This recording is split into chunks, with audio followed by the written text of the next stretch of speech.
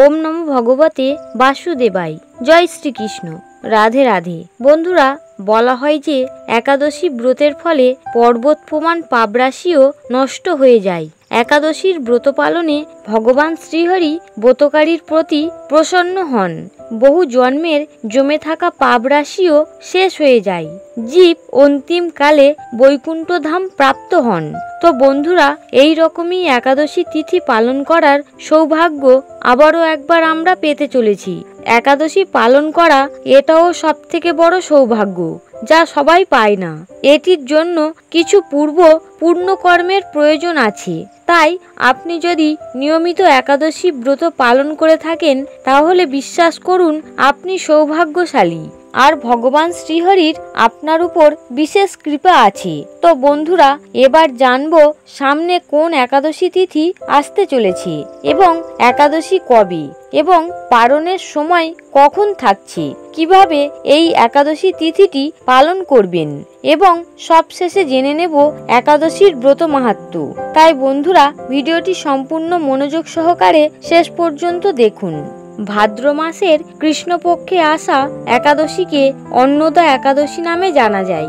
বহু পুণ্য প্রদানকারী, মহাপাপ বিনাশকারী এই একাদশী অজা বা অন্নদা একাদশী নামে প্রসিদ্ধ। এই একাদশীর তিথিটি শুরু হচ্ছে পয়লা ভাদ্র 18ই আগস্ট সোমবার সন্ধ্যা 6টা বেজে 9 মিনিট থেকে এবং এই তিথি থাকছে পরের দিন অর্থাৎ 2রা ভাদ্র 19শে আগস্ট মঙ্গলবার বিকেল 4টে বেজে 6 মিনিট পর্যন্ত। যেহেতু উদয়া তিথি মেনে মঙ্গলবার দিন পালিত হবে এই অজা তথা অন্নদা একাদশীর উপবাস, তাই আপনারা অবশ্যই মঙ্গলবার দিন এই একাদশীর উপবাস পালন করবেন এবং পরের দিন অর্থাৎ দ্বাদশীর দিনে এই ব্রত পালনের শুভ সময় থাকছে সকাল 9টা বেজে 33 মিনিট পর্যন্ত। অজা তথা অন্নদা একাদশীর ব্রত পালনের পর আপনি অন্ন বা টাকা পয়সা দান করতে পারেন। আপনি আপনার সাধ্যমতো কিছু না কিছু অবশ্যই দান করুন। বন্ধুরা, যতক্ষণ দান না করা হয় ততক্ষণ কোনো ব্রত সম্পূর্ণ হয় না।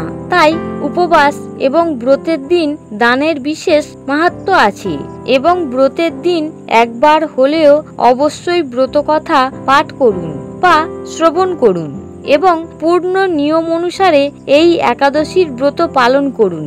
তাহলেই আপনার এই একাদশী সম্পূর্ণ সফল হবে আর জীবনের সঠিক পথ খুঁজে পাবেন।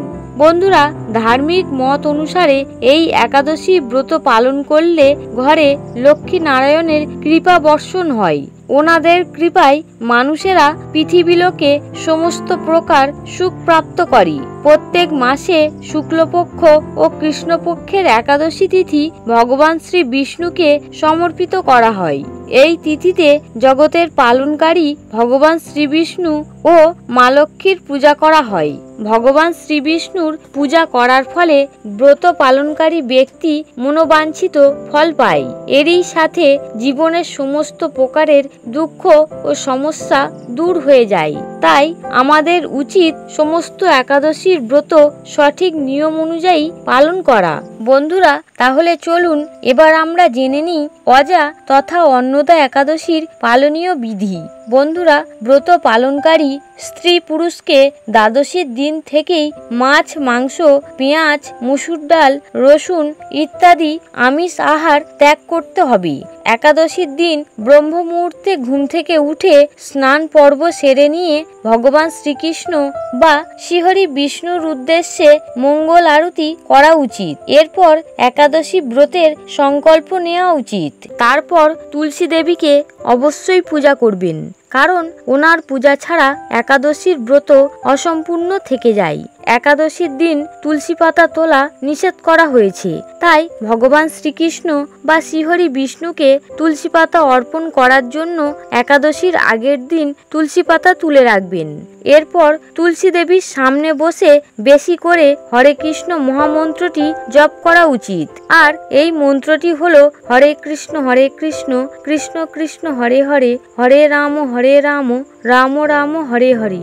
এই মন্ত্রটি কম করে 8 বার 16 বার 32 মালা জপ করা একাদশীর দিন অবশ্যই করা উচিত। বন্ধুরা, এবার আমরা জানব একাদশীর দিন কি কি করতে নেই, কোন কাজটি আমাদের করতে নেই। একাদশীর দিন কোনো প্রকার শস্য দানা এমনকি অন্ন তা যদি বিষ্ণুর প্রসাদও হয় তবুও তা গ্রহণ করতে কঠোরভাবে নিষেধ করা হয়েছে। ভক্তি সহকারে এই একাদশীর ব্রত পালন করলে অশ্বমেধ যজ্ঞ ও সকল প্রকার ব্রত পালনের ফল লাভ হয়ে থাকে। এই তিথিতে অন্ন গ্রহণকারীকে পশুর থেকেও নিকৃষ্ট বলা হয়েছে। শাস্ত্রে বর্ণনা করা হয়েছে একাদশীর তিথিতে নির্জল উপবাস করলে ভালো হয়, কিন্তু যারা নির্জল উপবাস করতে পারবেন না তারা একাদশীর প্রসাদরূপ ফলমূল, আলুর সবজি, দুধ ও দুগ্ধ জাতীয় দ্রব্য গ্রহণ করতে পারেন। সারাদিন ভগবানের নাম লীলাদি শ্রবণ কীর্তন স্মরণাদি করতে হয় এবং রাত্রি জাগরণ ও হরিকথা শ্রবণ করা প্রয়োজন। এই দিন পরনিন্দা, পরচর্চা, মিথ্যা বলা, ক্রোধ, দুরাচারী ব্যক্তির দর্শন সম্পূর্ণভাবে নিষিদ্ধ। একাদশীর তিথিতে ধান, গম, যব, ভুট্টা ও সরিষা জাতীয় যাবতীয় খাদ্য বর্জনীয়। এই তিথিতে সমস্ত প্রকার পাপ ও সমস্ত প্রকার শস্যর মধ্যে অবস্থান করে। পরের দিন দ্বাদশী তিথিতে নির্ধারিত সময়ে এই ব্রত পালন করতে হবে। এইভাবে আপনারা অজা তথা অন্নদা একাদশীর ব্রত পালন করতে পারেন এবং অজা তথা অন্নদা একাদশী সম্পূর্ণ ফল প্রাপ্ত করতে পারেন। তো বন্ধুরা, এবার আমরা শ্রবণ করব অপরা একাদশীর মহিমা কথা, যা পাঠ বা শ্রবণ না করলে একাদশীর পালন অসম্পূর্ণ থেকে যায়। তাহলে চলুন বন্ধুরা, এবার আমরা জানব এই অজা বা অন্নদা একাদশীর ব্রত কথা। ওম নমো ভগবতে বাসুদেবায়। জয় শ্রীকৃষ্ণ। রাধে রাধে। ভদ্রাবতী কৃষ্ণপক্ষিয়া অজা একাদশীর মাহাত্ম্য ব্রহ্ম বৈবর্ত পুরাণে বর্ণনা করা হয়েছে। মহারাজ যুধিষ্ঠির বললেন, হে কৃষ্ণ, ভাদ্র মাসের কৃষ্ণপক্ষের একাদশীর নাম কি? তাহা শুনতে আমি অত্যন্ত আগ্রহী। ভগবান শ্রীকৃষ্ণ বললেন, হে রাজন, আমি সবিস্তারে এই একাদশীর কথা বর্ণনা করছি, আপনি একাগ্র চিত্তে শ্রবণ করুন। ভাদ্র মাসের কৃষ্ণপক্ষের একাদশীর নাম অজা তথা অন্নদা। এই তিথি সর্বপাপ বিনাশিনী।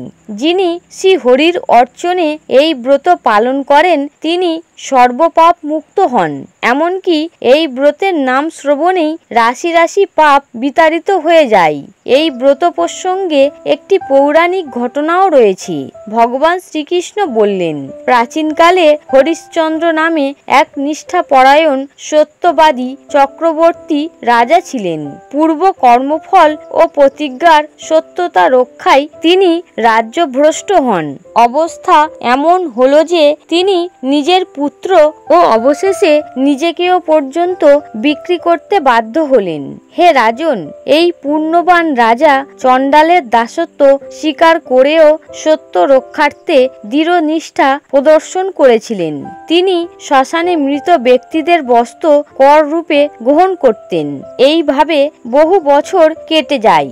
দুঃখ সাগরে নিমজ্জিত হয়ে কি করি, কোথায় যাই, কিভাবে এই দুর্দশা থেকে উদ্ধার পাই, এই চিন্তায় দিনরাত্রি তিনি বিভোর হলেন। এমন সময় দৈবক্রমে পরদুঃখে দুঃখী গৌতম ঋষি রাজার সম্মুখে এসে উপস্থিত হলেন। রাজা মুনিকে দর্শন করে ভক্তি সহকারে প্রণাম করলেন। করজোড়ে তার সম্মুখে দাঁড়িয়ে একে একে নিজের সমস্ত কথা গৌতম ঋষিকে জানালেন। রাজার দুঃখের কথা শুনে মুনিবর বিস্ময়াপন্ন হলেন। অত্যন্ত ব্যথিত হয়ে তিনি বললেন, হে রাজন, ভাদ্র মাসের কৃষ্ণপক্ষের একাদশী অজা তথা অন্নদা নামে জগতে প্রসিদ্ধ। আপনি এই ব্রত পালন করুন। এই ব্রতের প্রভাবে আপনার সমস্ত পাপ বিনষ্ট হবে। আপনার ভাগ্যবশত আপনি 7 দিন পর এই তিথির আবির্ভাব হবে। এই দিন উপবাস থেকে রাত্রি জাগরণ করবেন। এই ব্রত পালনে আপনার সমস্ত পাপ ক্ষয় হবে। হে রাজন, আপনার পূর্ণ প্রভাবে আমি এখানে এসেছি জানবেন। এই কথা বলে গৌতম ঋষি অন্তরিত হলেন। ঋষিবরের উপদেশ মতো তিনি শ্রদ্ধা সহকারে এই ব্রত পালন করলেন। তার ফলে তাহার সমস্ত পাপ দূর হল। হে মহারাজ, এই ব্রতের প্রভাব শ্রবণ করুন। যথাবিধি এই ব্রত পালনে বহু বছর দুঃখ ভোগের অবসান হয়। ব্রতের প্রভাবে রাজা হরিশ্চন্দ্রের সকল দুঃখ সমাপ্ত হল।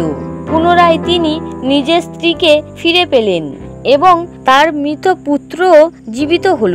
আকাশ থেকে দেবগণ দুন্দুভি, বাদ্য ও পুষ্প বর্ষণ করতে লাগলেন।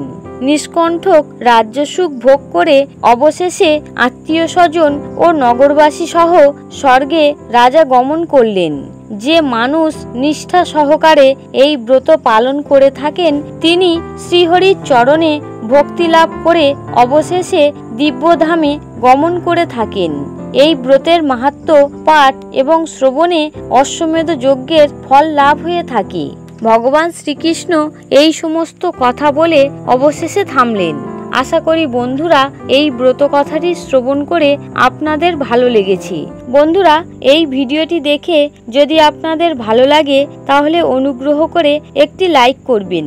আর পারলে যারা এই একাদশীর দিনটি পালন করতে চাইছেন অথবা পালন করছেন তাদের উদ্দেশ্যে ভিডিওটি শেয়ার করবেন এবং এই চ্যানেলের নতুন ভিডিও পেতে চ্যানেলটিকে সাবস্ক্রাইব করবেন এবং পাশের বেল বটনে প্রেস করে রাখবেন।